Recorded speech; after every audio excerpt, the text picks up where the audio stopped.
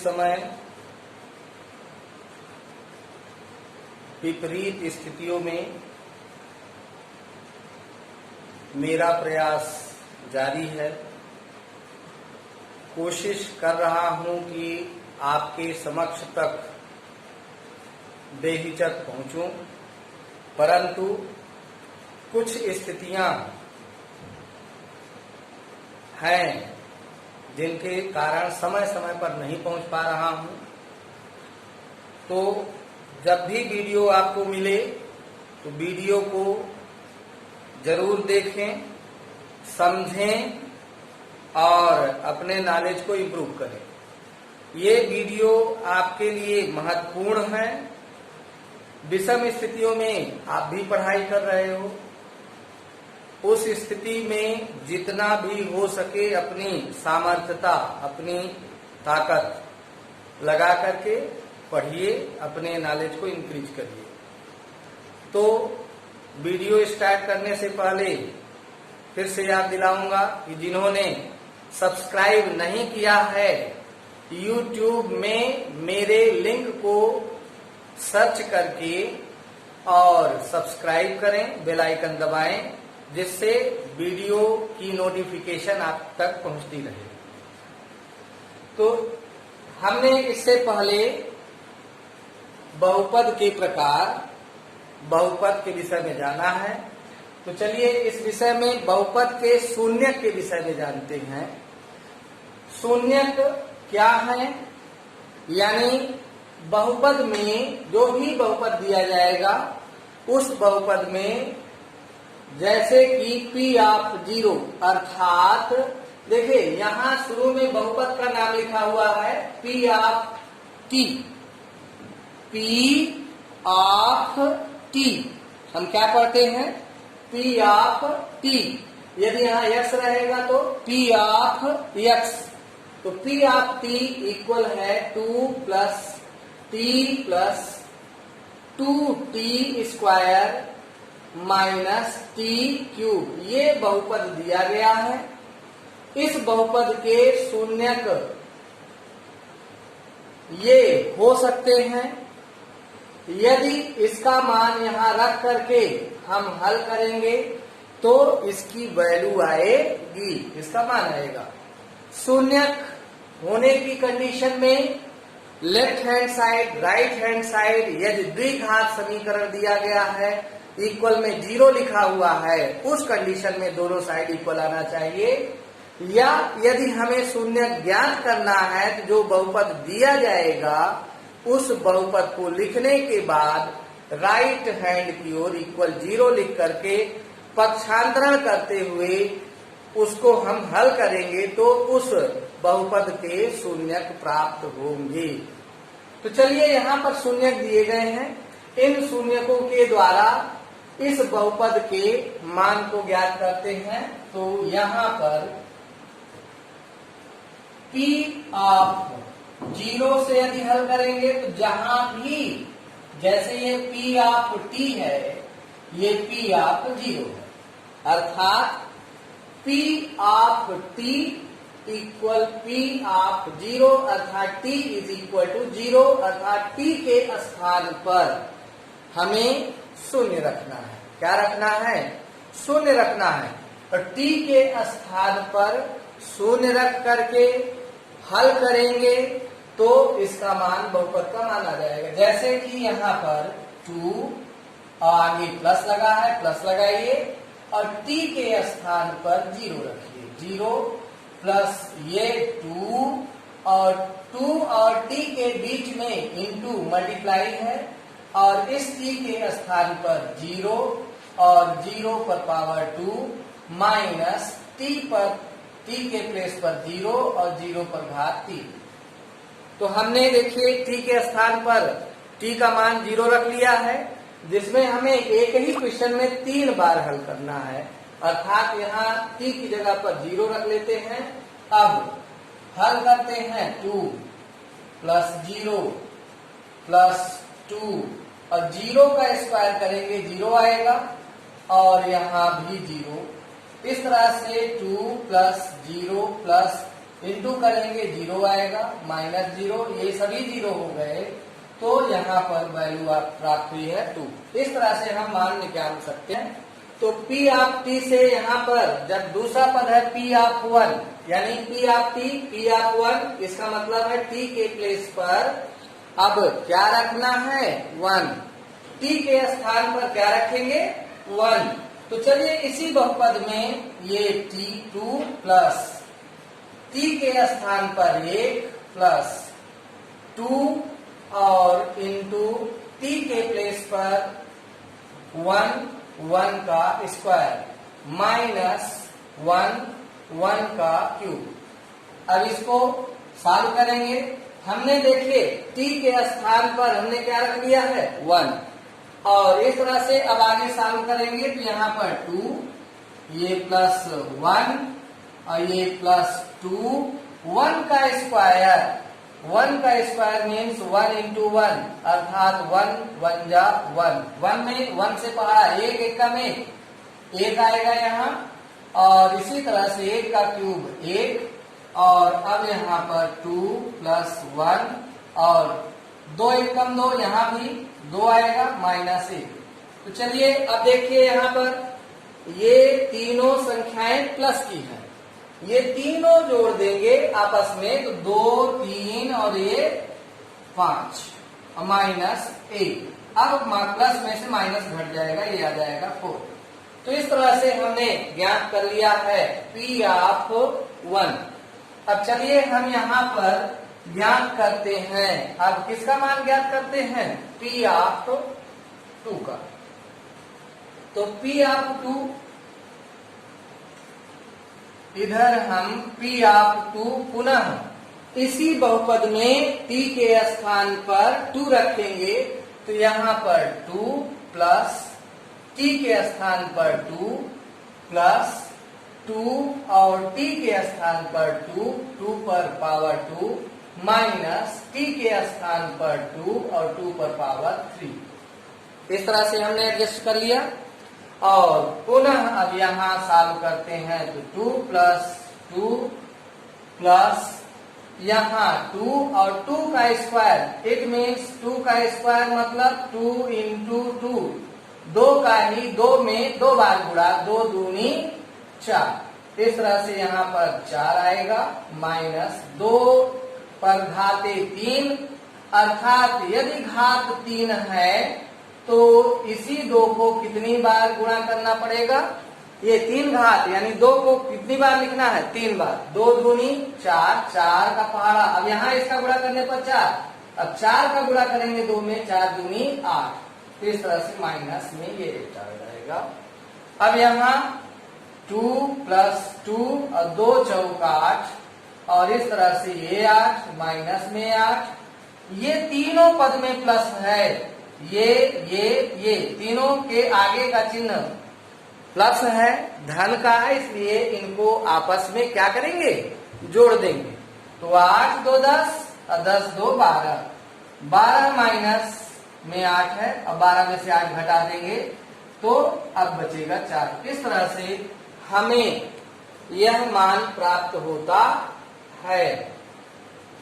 तो यहाँ देखिए P of 0, P of 1, P of 2, इसी तरह से P ऑफ x करके कोई बहुपद दिया रहेगा, और उनके लिए ये शून्य के द्वारा मान ज्ञात करना है, तो उसी तरह से मान रखते हुए सॉल्व कर लेना।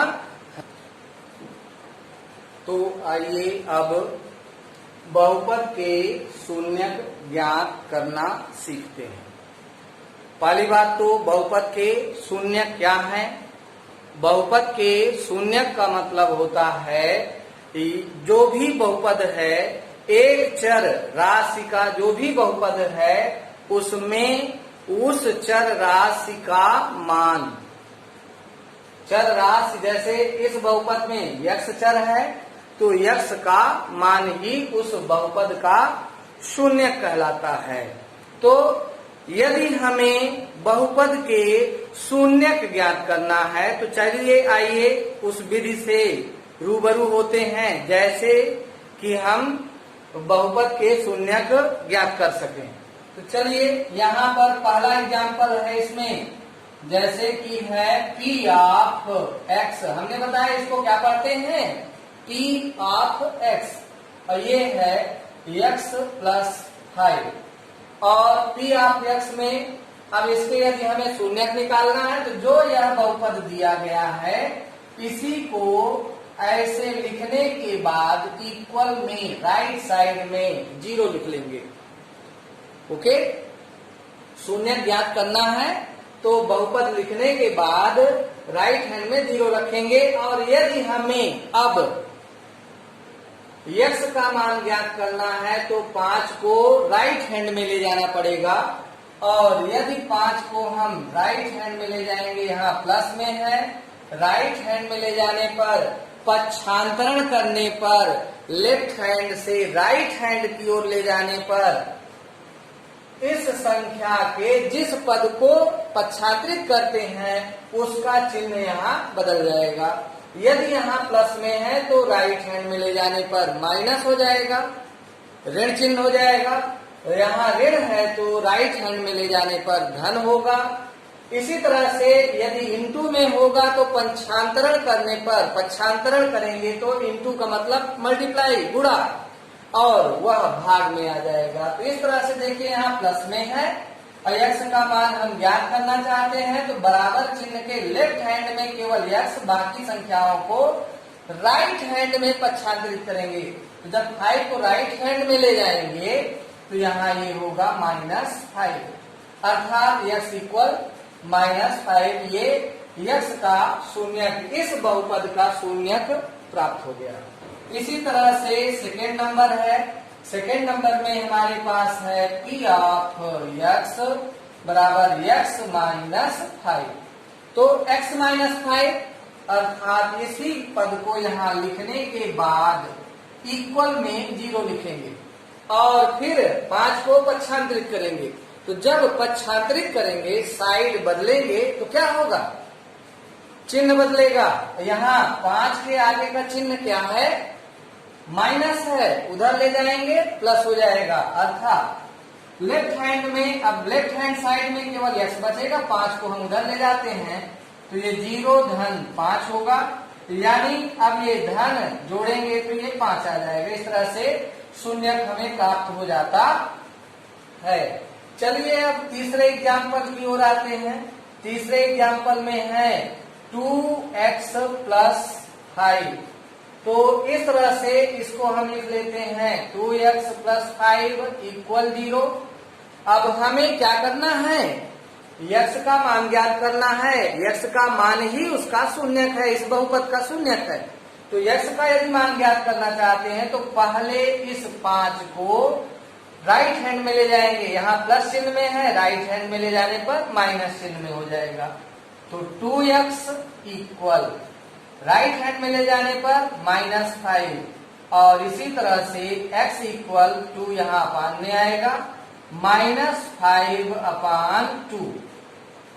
और इस प्रकार से अब फोर्थ नंबर में एग्जाम्पल में आते हैं जहां पर ओनली 3x है। तो इस तरह से इसको 3x इक्वल, यानी P ऑफ x है 3x, अर्थात 3x इक्वल 0, यानी x इक्वल अब 0। ये बताइए यहाँ सिंबल क्या है, 3 और x के बीच का सिंबल क्या है, यहाँ इनटू है, मल्टीप्लाई में है।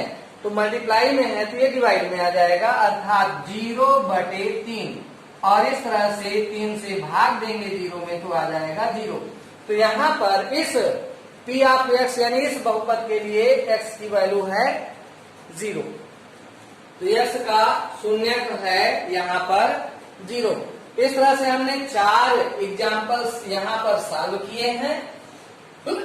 2 एग्जाम्पल्स और हैं जिन्हें हम सॉल्व करेंगे, सीखेंगे मेथड किस तरह से शून्य ज्ञात किए जाते हैं। चलिए आइए नेक्स्ट एग्जाम्पल में, 5th में P of x is equal to ax minus b। तो पुनः जिस तरह से अभी हमने बताया है एकदम उसी तरह से यहाँ लिखेंगे ax माइनस b इक्वल में 0, राइट हैंड में 0। तो अब ax का मान निकालना है, तो पहले b को इधर पक्षांतरित कर लीजिए। तो ax equal right left hand में, इक्वल के लेफ्ट हैंड में ax बचेगा और b को हम राइट हैंड में ले जाते हैं। तो इस तरह से ये b यहाँ निगेटिव में है, यहाँ आकर पॉजिटिव हो जाएगा। ये इसका सिंबल जब पक्षांतरित करेंगे राइट हैंड में ले जाएंगे तो यहाँ पर निगेटिव की बजाय क्या हो जाएगा, पॉजिटिव। और इस तरह से x इक्वल हो जाएगा b, और इन दोनों के बीच का सिंबल है इनटू, इसलिए ये डिवाइड में आ जाएगा। तो a यहाँ डिवाइड में आ जाएगा। और इस तरह से हमारा ये एग्जाम्पल है 5th नंबर। और अब आइए 6th नंबर में चलते हैं। 6th नंबर में हमने एक अलग से एग्जाम्पल रख लिया है बहुपद का, जो कि द्विघात बहुपद है और इसमें शून्य ज्ञात करना है। इसके लिए मध्य पद से इसका गुणनखंड करना होगा। तो ध्यान से समझिए, मध्य पद का गुणनखंड आगे सीखेंगे भी, तो अभी ध्यान से समझिए, जिससे आगे वीडियो में मध्य पद के साथ गुणनखंड जब करें तो अच्छी तरह से उसे समझ पाए। तो यदि x स्क्वायर के साथ कोई गुणांक संख्या है, जो कि यहाँ गुणांक संख्या कितनी है, 2 है, इस 2 से लास्ट वाली संख्या में गुणा करेंगे, 2 छंग 12। तो पहले यहाँ 0 लिख लीजिए, और 2 और 6 का गुणा करने पर, 2 और 6 का गुणा करने पर आता है 12, और वो भी धनात्मक चिन्ह में है। तो गुणनफल धन चिन्ह में प्राप्त हो रहा है, और 2 और 6 का गुणा करने पर ये धन 6 12 आ रहा है। हमें मध्य पद के अनुसार इसका गुणनखंड करना है। किसके अनुसार, किस नियम से, मध्य पद के अनुसार, मिडिल टर्म फैक्टराइजेशन। तो मिडिल टर्म फैक्टराइजेशन का मतलब कि बीच वाली संख्या को 2 ऐसी अलग अलग संख्याओं में बांटना है, तोड़ना है, जिनका गुणनफल धनात्मक 12 इन दोनों के गुणनफल के बराबर आना चाहिए। यानी बीच वाली संख्या 8 को 2 संख्या में हमें विभक्त करना है, जिनका गुणनफल इन दोनों संख्याओं के गुणनफल के बराबर आए। और यहाँ धनात्मक गुणनफल है, तो जो 2 संख्या में हम बांटेंगे बीच वाली संख्या को, वो दोनों संख्या धनात्मक होंगी। अर्थात देखिए 6 और 2 गुणनफल 12, 6 और 2 दोनों ही धनात्मक हैं। जब दोनों धनात्मक हैं तो जोड़ने पर आना चाहिए बीच वाली संख्या 8। तो चलिए इन दोनों को जोड़ करके देख लीजिए, 8 आ रहा है, तो गुणा करने पर 12 आना चाहिए और जोड़ने पर 8 आना चाहिए। इन दोनों शर्तों को यदि ये दोनों संख्याएं फुलफिल कर रही हैं, संतुष्ट कर रही हैं, तो आप गुणनखंड कर सकते हो मध्य पद से। 2x स्क्वायर, और मध्य पद के स्थान पर हम रखेंगे अब 6 धन 2 ब्रैकेट के बाहर x, और इसी तरह से 6 को उतार लेना है, पहले पद को उतार लेना है और अंतिम पद को उतार लेना है। बीच वाले पद में हमें चेंज करना है, इसीलिए इस नियम का नाम रखा गया है मध्य पद से गुणनखंड। चलिए 2x स्क्वायर ब्रैकेट खोलो और गुणा करो -6x। यहाँ भी देखो ब्रैकेट के पहले माइनस लगा है, ध्यान से सुन लो, ब्रैकेट के पहले माइनस लगा है। जब गुणा करेंगे ब्रैकेट खोलेंगे तो इनके चिन्ह बदल जाएंगे। ये दोनों धनात्मक हैं, दोनों यहाँ ऋणात्मक चिन्ह में आएंगे। यानी x से 6 में गुणा करेंगे, माइनस में गुणा करेंगे, -6x आएगा। x से 2 में गुणा करेंगे, पॉजिटिव आएगा, लेकिन इस माइनस से गुणा करने पर -2x, या दूसरे शब्दों में हम कहें ब्रैकेट से पहले माइनस चिन्ह है, गुणा करके ब्रैकेट खोलने पर इनके चिन्ह बदल जाएंगे, और फिर +6 = 0। अब दो पदों का जोड़ा बना लीजिए। इन दोनों पदों में से 2x कॉमन ले लेंगे। क्यों 2x कॉमन लेंगे, 2 यहाँ भी है, 2 यहाँ भी है, 2 से ये भी 6 डिवाइडेड है। जब 2 से 6 डिवाइडेड है, इसका मतलब 2 कॉमन ले सकते हैं।